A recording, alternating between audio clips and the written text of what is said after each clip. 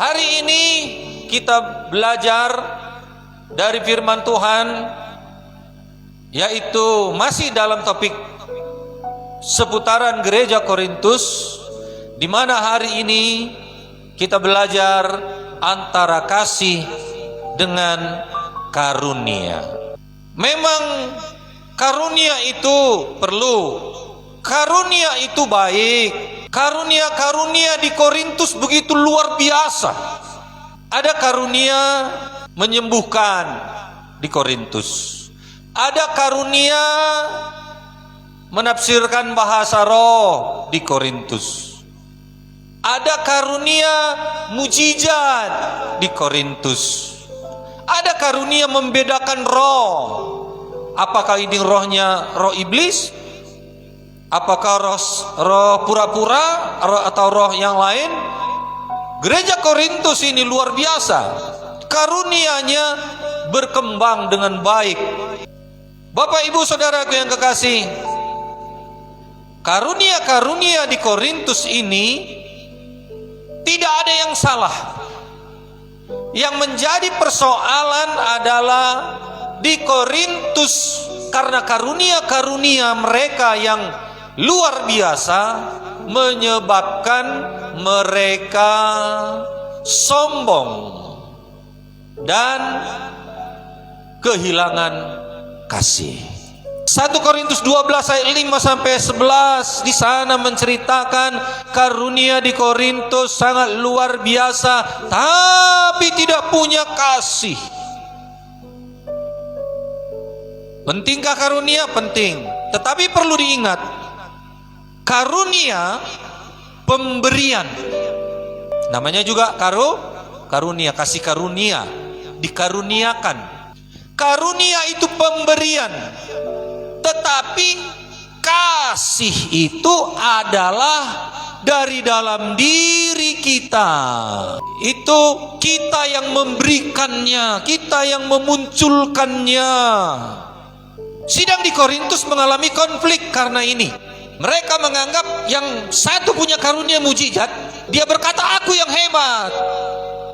Karunia yang lain gak hebat. Atau secara gereja sekarang ini, aku punya karunia menyembuhkan, minum perjamuan kudus, nerima kesembuhan. Dia menjadi sombong dan tidak punya kasih. Ada lagi yang punya karunia menafsirkan. Berbahasa roh bisa ditafsirkannya. Aku yang paling hebat, kata karunia. Satu gereja yang punya karunia menafsirkan bahasa roh. Lalu itulah yang membuat dia sombong dan tidak punya kasih.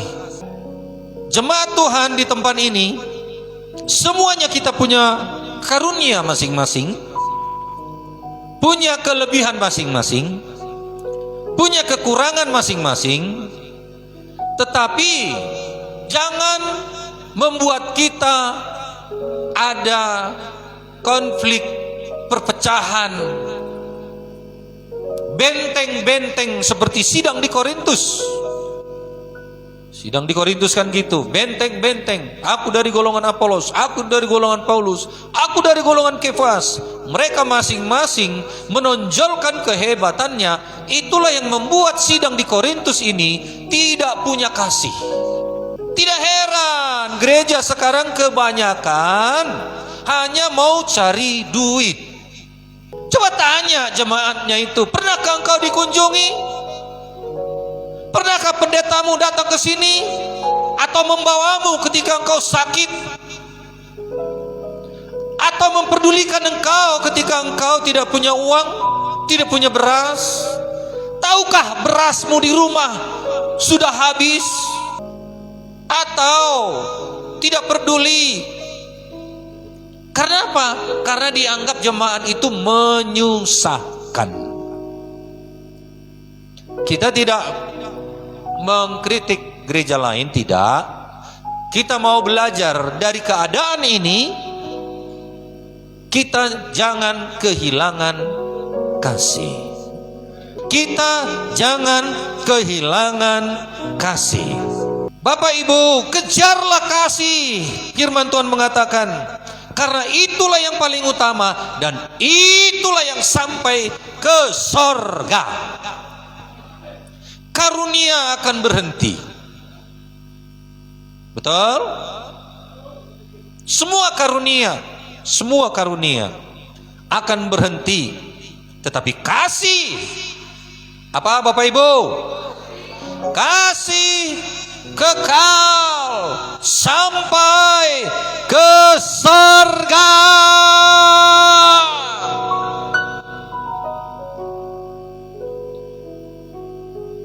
1 Korintus 12 ayat 31 dikatakan, jadi berusahalah untuk memperoleh karunia yang paling utama, dan aku menunjukkan kepada kamu jalan yang lebih utama lagi. Apa maksudnya? Yang utama itu adalah kasih. Karunia memang perlu untuk membangun tubuh Kristus. Perlu, tapi harus dibarengi dengan kasih. Barulah mantap. Bilang sama temannya, engkau punya karunia mujizat dibarengi kasih, itu baru mantap. Hari ini kasih kita biarlah semakin bertumbuh. Ada enggak kasihnya mulai luntur selama ini? Temannya enggak hadir pun di live group, enggak pernah di TRG. Temannya sakit, pura-pura enggak tahu. Enggak di sini, di sana. Jauh di Medan Kota mungkin. Kalau di Tanjung Merauke, terutama Gia Rasmi ini, perhatian semua. Nah saudaraku, mari kita baca 1 Korintus 13 ini ya, ayat 1 sampai 3. Sama-sama 2-3 ya. Sekalipun aku dapat berkata-kata dengan semua bahasa manusia dan bahasa malaikat, tetapi jika aku tidak mempunyai kasih, aku sama dengan gong yang berkumandang dan canang yang gemerincing. Sekalipun aku mempunyai karunia untuk bernubuat dan aku mengetahui segala rahasia dan memiliki seluruh pengetahuan, dan sekalipun aku memiliki iman yang sempurna untuk memindahkan gunung, tetapi jika aku tidak mempunyai kasih, aku sama sekali tidak berguna. Dan sekalipun aku membagi-bagikan segala sesuatu yang ada padaku, bahkan menyerahkan tubuhku untuk dibakar, tetapi jika aku tidak mempunyai kasih, sedikit pun tidak ada faedahnya. Dikatakan di sini bahwasanya sekalipun aku dapat berkata-kata dengan semua bahasa manusia, ada berapa ratus ribu bahasa manusia. Indonesia saja beragam suku bahasa. Bahasanya banyak. Sekalipun kita tahu semua bahasa. Bahasa Batak, bahasa Jawa, bahasa Sunda, bahasa Karo, bahasa Simalungun, bahasa Toraja, bahasa apa lagi?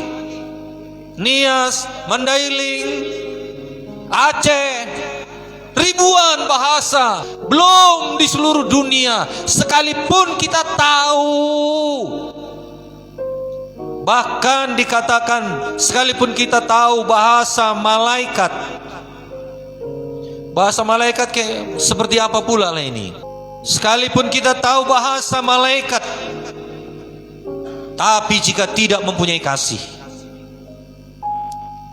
tidak ada gunanya. Ayat 2 dikatakan tadi, sekalipun aku punya karunia bernubuat, mengetahui yang akan datang, dolar mau naik dia tahu, beras harganya mau naik juga dia tahu, harga cabai nggak naik dia tahu, kapan harga cabai naik dia tahu. Bayangkan,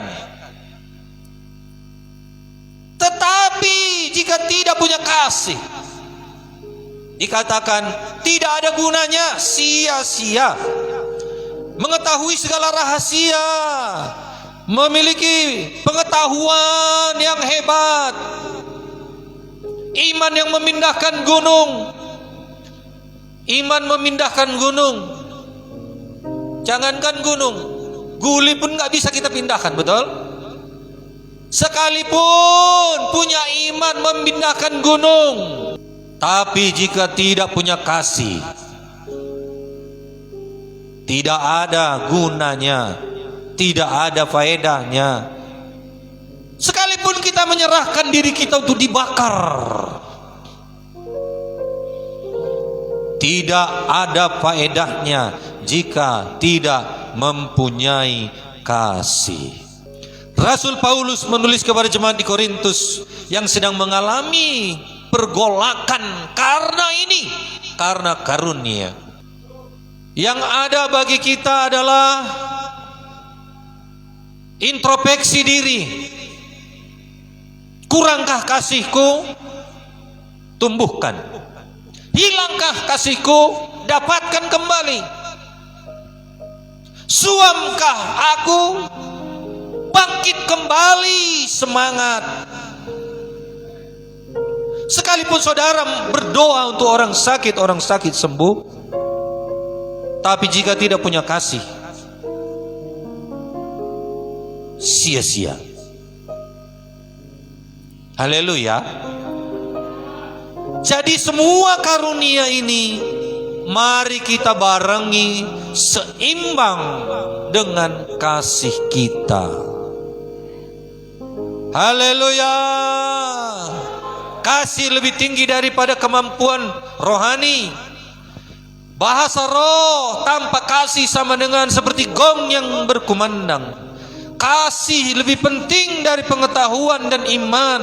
Nubuatan pengetahuan, iman besar tanpa kasih tidak ada artinya. Kasih lebih bernilai. Itu sebabnya ada orang kasih diperbuatnya tanpa banyak hal-hal yang lain yang dia tahu, tanpa banyak hal-hal lain yang dia kejar. Yang dia kejar kasih. Amin. Dia bukan orang yang menyembuhkan, tangannya bukan orang yang menyembuhkan, tetapi dia kejar kasih. Dia bukan orang yang bisa menafsirkan berbahasa roh, bukan, tapi dia kejar kasih. Itu lebih baik. Amin. Tetapi kalau kita mau lebih bertumbuh lagi, karunia kita kerjakan, imbangilah dengan kasih Tuhan. Amin. Jadi banyak orang menilai dengan luarnya. Jangan. Kalau ada kita lihat orangnya, luar biasa. Ini punya karunia menyembuhkan, ini punya karunia berkata-kata hikmat, ini punya karunia membedakan roh. Oh, tahu kita. Ini hamba Tuhan, ya isi kantongku pun tahu dia berapa jumlahnya. Oh, hebat. Tapi jika tidak punya kasih, sia-sia, tidak ada gunanya. Jangan lihat luarnya, tapi lihat di dalam hati seseorang itu ada atau tidak mempraktekkan kasih. Kadang-kadang kita sering terpukau dengan karunia. Karunia, maaf Bapak Ibu, karena itu pemberian di mana Tuhan tidak menyangkal firman-Nya. Firman Tuhan berkata, jika firman-Ku disampaikan, Aku akan mengerjakannya. Orang berdosa pun menyampaikan firman. Ada banyak kesalahan pun hidup kita ini, kita berdoa untuk orang sakit masih bisa sembuh. Kenapa? Karena Yesus yang diberitakan, karena kuasa nama Yesuslah yang disampaikan. Tetapi orangnya bisa tidak selamat. Amin. Jadi Kita harus hati-hati. Gereja karismatik Pentakosta, kasih lebih utama dari posisi apapun di dalam pelayanan kita. Sebagai pendeta sekalipun, jika tidak punya kasih, tidak ada gunanya. Jika pelayan sekalipun tidak punya kasih, tidak ada gunanya. Jalan yang mulia adalah memiliki kasih yang dipraktekkan. Amin. Itu makanya banyak orang bahasa roh. Bahasa rohnya kuat pagi, siang, sore, malam, tapi bertengkar sama istrinya di rumah. Itu tidak punya kasih. Betul? Itu tidak punya kasih. Itulah salah satu introspeksi diri kita. Kita bisa bahasa roh, bisa manipulasi orang dengan bahasa-bahasa roh, tapi karakter kita, pikiran kita nggak kita jaga. Hidup daging duniawi itu melekat kental, maka bahasa roh kita itu tidak ada gunanya. Itu bukan bahasa roh pun saya rasa. Itu hanya yang dihafal-hafalkan saja. Amin. Jangan jadi orang latah. Nah, Bapak Ibu, miliki kasih yang adalah ciri murid sejati dalam hidup kita. Ciri murid sejati adalah orang yang bertumbuh terus di dalam kasih. Karunia bisa dilihat di mimbar, tetapi kasih terlihat dari kehidupan sehari-hari. Kasih adalah buah roh yang nyata, bukan sekedar manifestasi yang terjadi. Jadi bagaimana kita merespon orang yang menyakiti kita, itu akan menentukan siapa kita, punya kasih atau tidak. Pernahkah kita melihat orang menginjil di jalan-jalan lalu diludahi? Kalau dia membalas, gagal pemberitaan Injil, berarti tidak punya kasih. Dia hanya mau menyombongkan diri, mau melihat dirinya hebat di jalanan. Tapi kalau memberitakan Injil diludahi, dia tetap berkata, aku memberkatimu, keselamatan kiranya datang padamu, aku mengampunimu.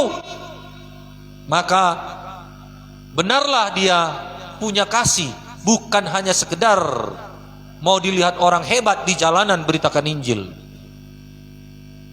Amin.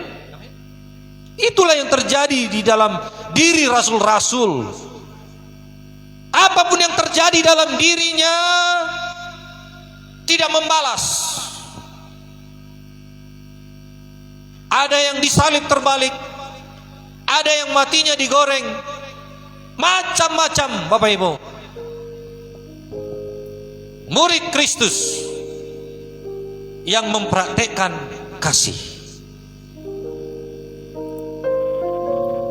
Jadi bagaimana kita melayani tanpa menerima imbalan juga, itu termasuk kasih.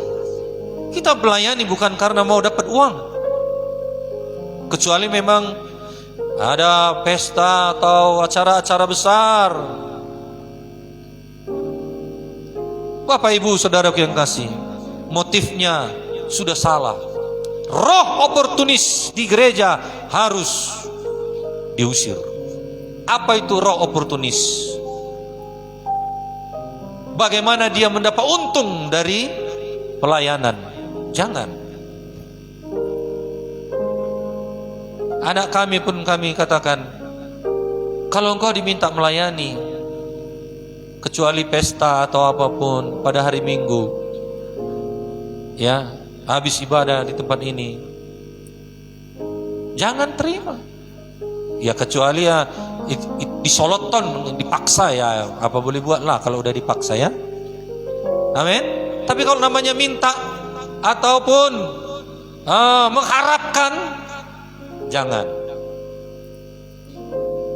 Amin. Amin. Apakah kita masih sabar terhadap pelayanan yang tidak dihargai? Cemana leader-leader? Masih dihargai? Masih? Kalau tidak dihargai masih mengasihi?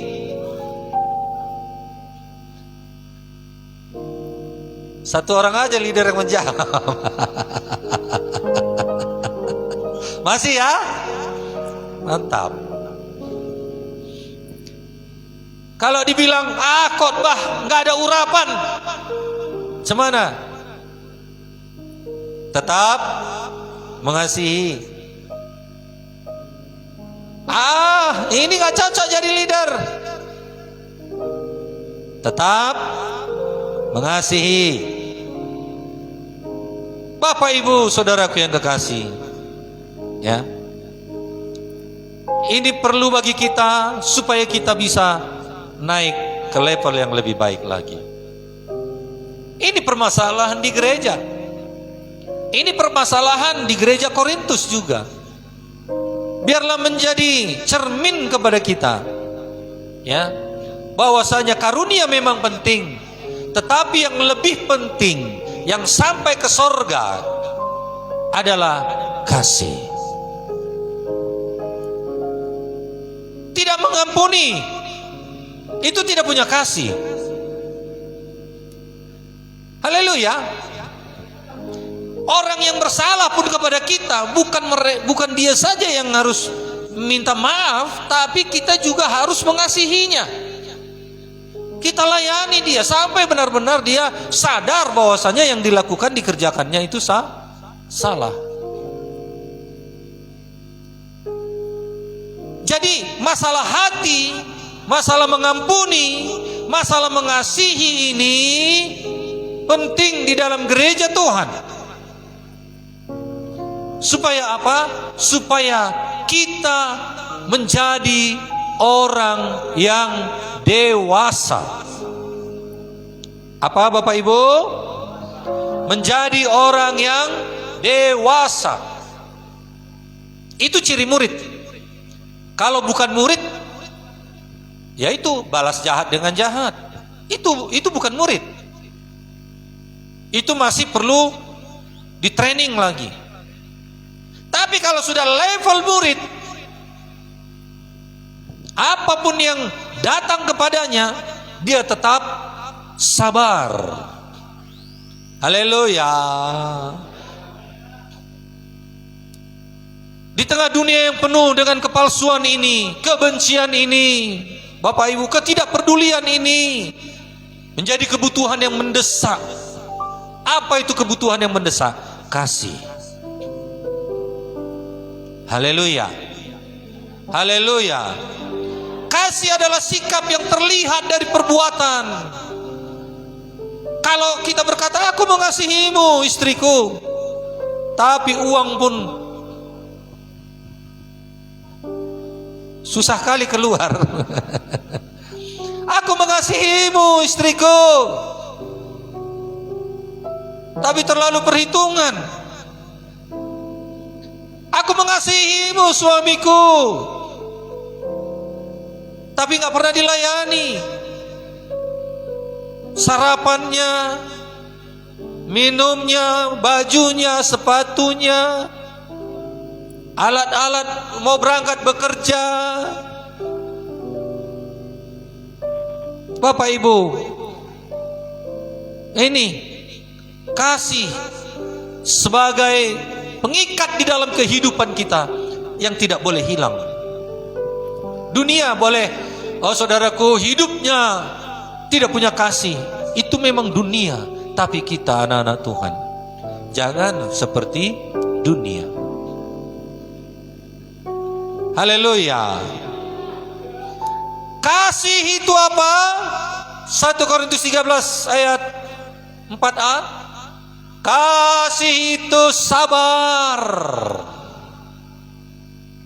Itu kelihatan dari perbuatan, langsung dari pribadi seseorang, akan terlihat dari perbuatannya. Kasih itu sabar. Sabar terhadap orang yang lambat pemikiran, ya kan? Lambat untuk bisa mengerti. Sabar terhadap orang yang nggak mau diajari, yang tidak mau dibina. Sabar.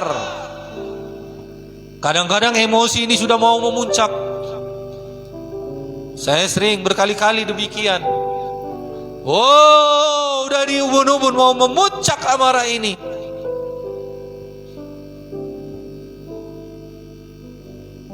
Sudah mulai bisa ditahan, bertumbuh sebagai seorang murid. Haleluya. Siapapun yang kita hadapi, bertumbuhlah sebagai seorang murid. Kasih itu apa? Kasih itu sabar. Kasih itu apa? Murah hati. Jadi kalau pelit, tidak punya kasih. Bilang sama temannya kanan kiri, jangan pelit. Orang pelit itu nggak punya kasih. Amin. Jangan pelit. Apakah pelit untuk Tuhan atau pelit untuk sesama? Itu tidak punya kasih. Nah, Bapak Ibu, nanti kalau bicara tentang kasih, tentang uang, ini yang repot. Dibilang pendeta mau nampak pendeta ini persembahan kurang ini katanya.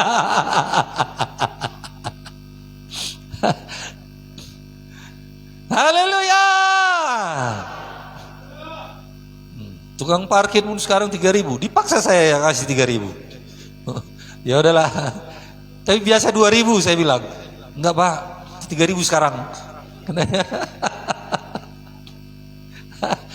Jadi kalau ke San ya, San ini bukan San Plaza, San apa grosir, 3.000. Yalah Pak, asal mau unang mago helemi ikut Untuk Tuhan gimana? Di bawah, ditawar. Saudaralah yang mau bertumbuh dalam kasih, ya nampak dari perbuatan. Gak ada aminnya lagi. Oke, itu sedikit tambahan. Yang kedua, kasih itu tidak berpusat pada diri sendiri. Tidak diri sendiri aja dipentingkan. 1 Korintus 13:4b, ia tidak cemburu, ia tidak memegahkan diri dan tidak sombong. Ia tidak melakukan yang tidak sopan dan tidak mencari keuntungan diri sendiri. Ia tidak pemarah dan tidak menyimpan kesalahan orang lain. Tidak cemburu. Maksudnya cemburu ini pun luas. Bukan cemburu suami istri cemburu, bukan hanya begitu. Cemburu dengan tetangga beli mobil, kita mobil-mobilan. Jangan cemburu. Tetangga beli rumah baru, Pinomat, kita punya gambar rumah baru, didoakan tiap hari. Jangan cemburu. Jangan gara-gara itu berhutang. Mau kuimbangi dulu. Bapak Gulo ini baru beli kulkas. Aku pun beli kulkas lah, yang lebih mahal dari Pak Gulo misalnya.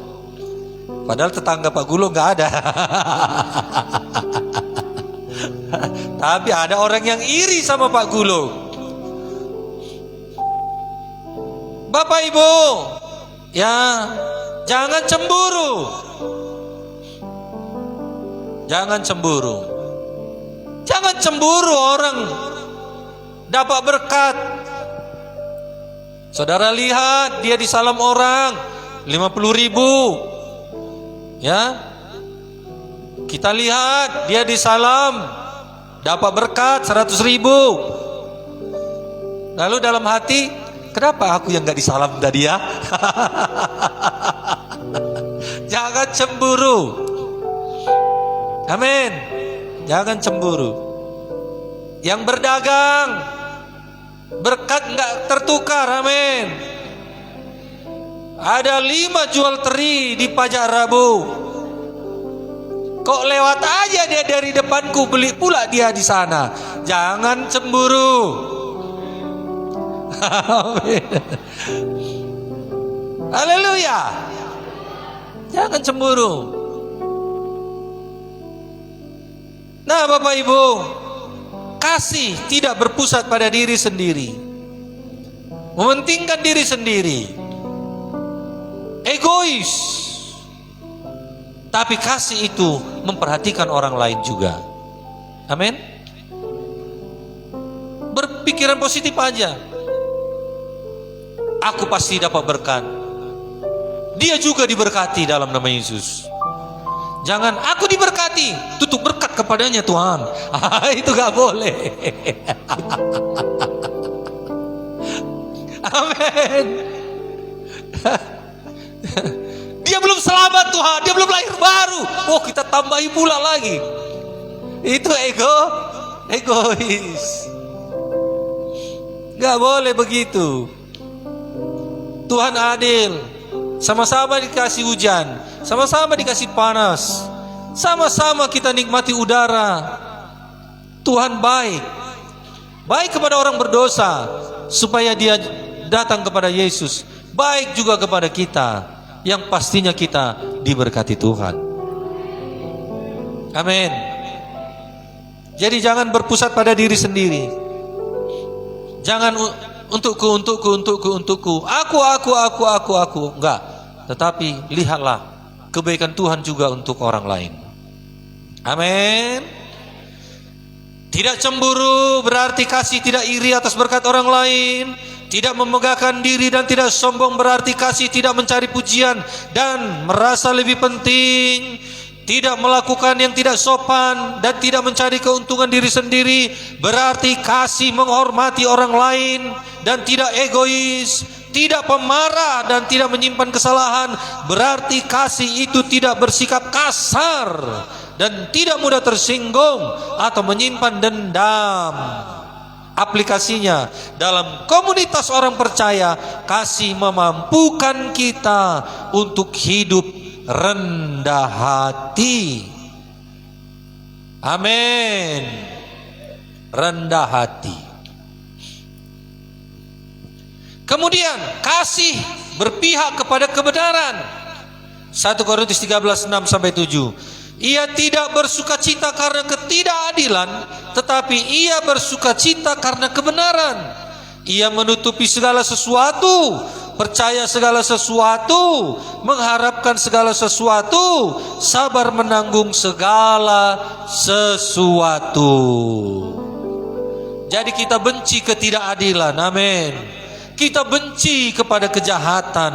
Kenapa Tuhan Yesus marah? Kenapa Musa juga marah?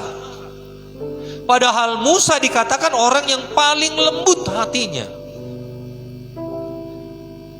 Ini yang tidak disadari banyak orang, bahwasanya marah itu hanya karena dosa. Amin.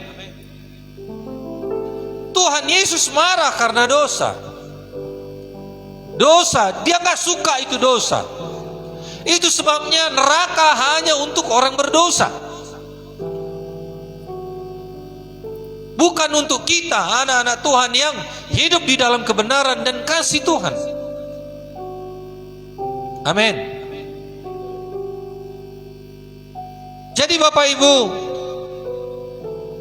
marilah kita mengerti bahwasanya di dalam kehidupan kita ini kasih harus dipraktekkan. Amin.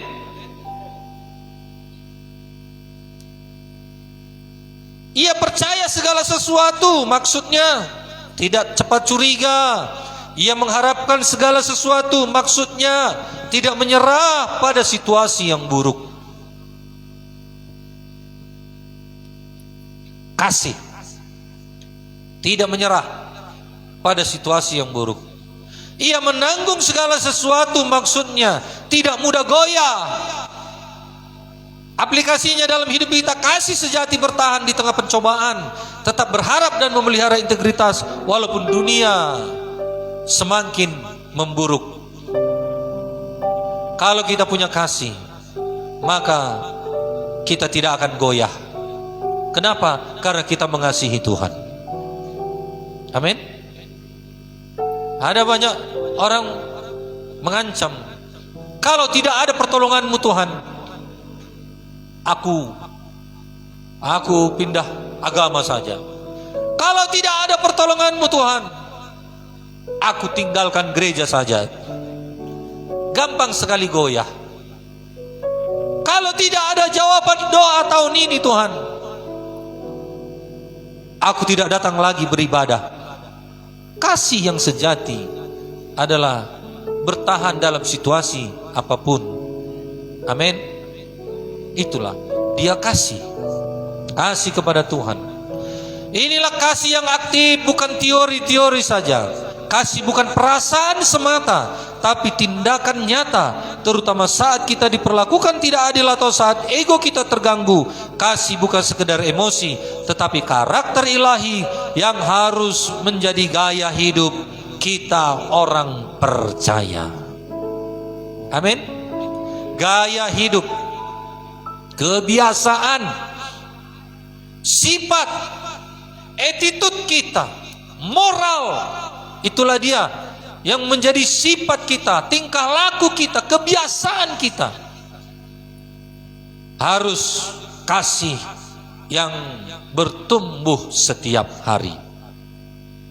Haleluya. Inilah yang kita teladani Yesus yang memiliki kasih yang luar biasa, di mana salib itu yang dikerjakannya itu menunjukkan kasihnya luar biasa kepada kita. Sungguh dahsyat kasih Tuhan. Kalau tidak ada kasih Tuhan, kita tidak selamat. Kita hidup di dalam penghukuman. Amin. Oleh karena itu, mari bertumbuhlah kasih kita. Kasih itu kekal, amin. Karunia-karunia sementara, haleluya. Yang utama harus kasih yang kita kejar. Jangan karunia menyembuhkan, karunia bernubuat, karunia menafsirkan mimpi, menafsirkan bahasa roh. Apalagi sekarang nggak ada lagi menafsir mimpi ya, nggak ada lagi togel. Jadi nggak ada lagi penafsir. Yang penting apa? Utamakanlah kejar kasih. Haleluya. Kasih tidak berkesudahan. Dalam dunia yang terus berubah, banyak hal yang bersifat sementara. Pengetahuan, karunia, jabatan, bahkan hubungan. Namun Rasul Paulus mengajarkan bahwa ada satu hal yang tidak akan pernah berakhir. Ada satu hal yang tidak hilang, yang tidak lenyap, yang kita kerjakan di dunia ini, yang kekal. Apakah itu namanya? Kasih. Amin. Karunia akan tinggal, akan hilang, tapi kasih yang kita kerjakan, kasih itu sampai ke sorga. Karena di sorga itu penuh dengan kasih. Tidak penuh dengan karunia menyembuhkan, gak perlu lagi di sorga. Karunia menafsirkan mimpi, karunia menafsirkan bahasa roh, karunia bernubuat, dan karunia-karunia yang lain, gak ada lagi itu di sorga. Amin. Di dunia ini hanya untuk menolong, untuk gereja bertumbuh. Tapi jangan sampai kita jatuh ke dalam dosa yang membuat kita tidak layak di hadapan Tuhan, kehilangan kasih. Amin. Yang sekarang sebagian orang kasih bersifat kekal dan kelak akan sempurnakan Tuhan ketika Dia datang. Amin. Nanti akan disempurnakannya. 1 Korintus 13 9-10. Sebab pengetahuan kita tidak lengkap dan nubuat kita tidak sempurna, tetapi jika yang sempurna tiba, maka yang tidak sempurna itu akan lenyap. Gak sempurna nubuat itu, gak sempurna karunia itu. Nanti kalau sudah datang Yesus yang sempurna itu, maka semuanya ini akan tinggal, akan lenyap. Tetapi kasih bersama Tuhan kita Yesus Kristus tidak lenyap, itu kekal selamanya. Amin. Jadi kasih adalah jembatan antara yang sekarang dan yang kekal nantinya. Biasakanlah berbuat kasih. Amin. Kedewasaan rohani juga penuh dengan kasih, ditandai dengan kasih. 1 Korintus 13 ayat 11. Ketika aku kanak-kanak, aku berkata-kata seperti kanak-kanak, aku merasa seperti kanak-kanak, aku berpikir seperti kanak-kanak. Sekarang sesudah aku menjadi dewasa, aku meninggalkan sifat kanak-kanak itu. Boleh jadi karunia ini sifat dasar yang menjadikan kita dewasa adalah kasih. Amin. Makanya jangan terlalu bangga kalau bisa menyembuhkan orang tapi tidak punya kasih. Jangan. Itu membuat manusia bisa sombong, pendeta bisa sombong, siapapun pelayan kita bisa sombong. Paulus memakai ilustrasi kedewasaan untuk menggambarkan pertumbuhan. Kasih adalah tanda seorang yang dewasa rohaninya. Amin. Tidak mudah terjebak kepada amarah, sakit hati, kepahitan, kedengkian. Tidak mudah terjebak ke dalam situasi itu jika seorang anak Tuhan bertumbuh dewasa rohaninya. Haleluya. Kasih membuat kita mampu bertahan dalam keterbatasan pengertian, sebab kasih menuntun kita kepada pengharapan akan perjumpaan dengan Tuhan nantinya. Iman, pengharapan, dan kasih. Yang paling besar adalah kasih. Mari kita baca sekali lagi 1 Korintus 13 ayat yang ke-13. Ayat terakhir. Sukacita kalau dengar ayat terakhir ya. Puji Tuhan. 1 Korintus 13 ayat 13. Di mana-mana pun memang begitu. Apalagi kalau sudah mengantuk ini ayat terakhir. Ngadeng saya be jamita. 2, 3 ya. Demikianlah tinggal ketiga hal ini, yaitu iman, pengharapan, dan kasih. Dan yang paling besar diantaranya ialah kasih. Yang paling besar adalah kasih. Jangan tunggu mempraktekkan kasih. Coba tadi masuk kemari sudah dipraktekkan kasih belum? Atau tadi masuk beribadah dari kemasukan dari masuk sampai nanti mau pulang tetap belum ada kata-kata, mau bilang haleluya pun gak ada, terlelap dalam masalah persoalannya. Bapak Ibu, coba dulu perhatikan kanan kiri saudara, praktekkan dulu kasih, perhatikan dulu dia. Kalau rambutnya belum disisir, jangan katakan kok awut-awutan rambutmu. Apa kau tadi nggak mandi? Coba lihat lipstiknya Coba lihat, kalaupun bajunya sederhana, banyak bunga-bunganya, ih cantik kali bajumu ya, banyak bunga-bunganya, masih ada di rumah. Sama akulah satu, jangan pula begitu.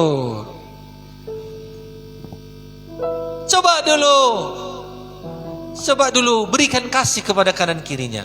Kalau dia senyum, bilang sama dia, manis sekali senyummu. Itu praktek kasih yang sederhana. Kalau ada yang lebih tua, kita lewat, beri salam. Apa salamnya?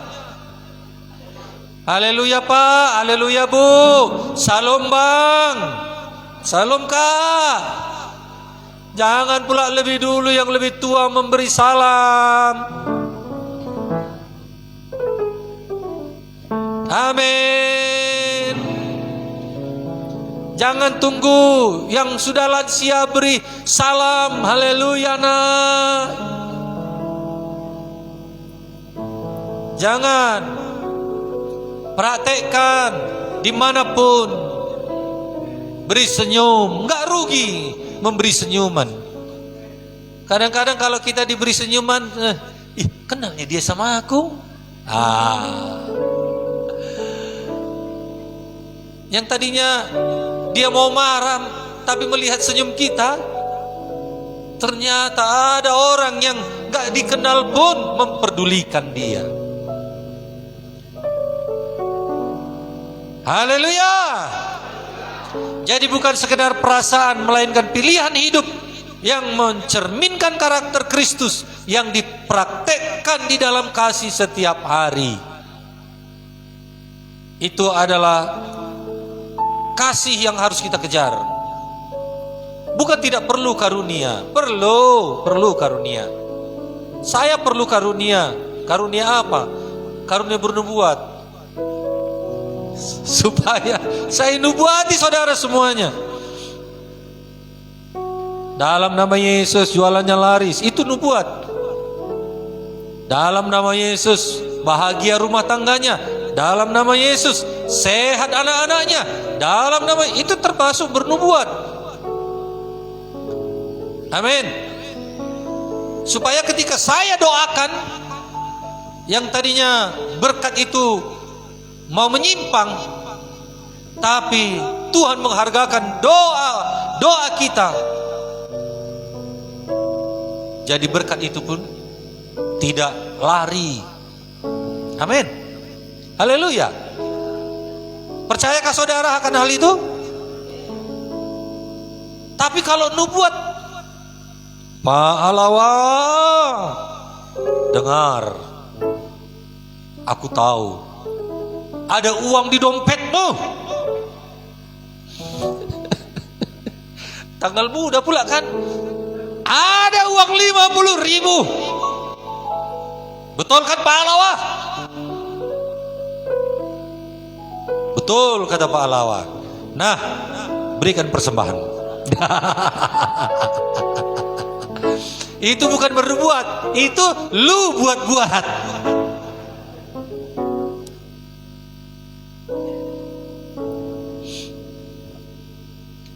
Jadi punya karunia itu penting untuk gereja, untuk jemaat, perlu.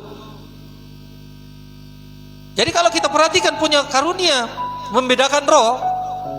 Nah ini rohnya apa? Roh apa sama dia ini sekarang ini? Nah, ngerti? Atau punya karunia menyembuhkan? Atau karunia-karunia yang lain? Berkata-kata hikmat. Perlu. Pak Pendeta, macam mana menghadapi tahun 2025 ini? Di zaman-zaman presiden kita sekarang ini, perlu hikmat. Betul? Perlu hikmat, amin.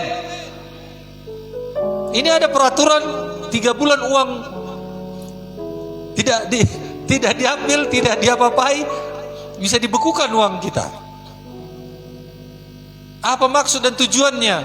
Perlu hikmat. Amin. Jadi ambillah uang saudara.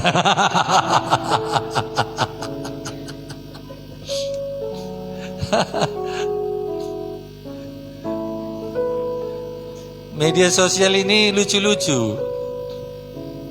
Yang menjomblo 3 bulan katanya dibekukan.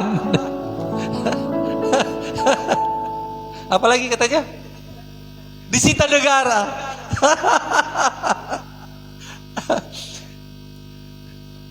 Kan ada peraturan sekarang kan, uang di bank 3 bulan mendekam tidak ada transaksi dibekukan.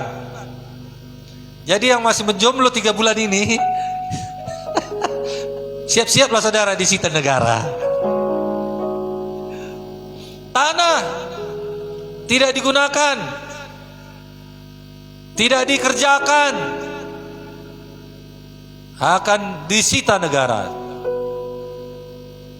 Bapak Ibu, apa itu maksudnya? Mari kita minta hikmat dari Tuhan. Minta karunia, Tuhan berikan aku pengertian. Apa maksud negara ini hari ini? Amin. Apakah perlu ekonomi ini berputar supaya ekonomi tidak krisis? Ya, nanti Tuhan akan bicara. Amin Bapak Ibu. Bahagian kita minta hikmat, berhenti untuk bersungut-sungut. Jangan dikatakan inilah presiden sekarang, inilah menteri-menteri, inilah banyak-banyak hal memang mungkin kita tidak setuju. Bahagian kita minta roh hikmat dari Tuhan. Amin. Mari kita mengikut Tuhan penuh dengan kasih. Amin. Kiranya kasih kita semakin bertumbuh. Mari kita bangkit berdiri.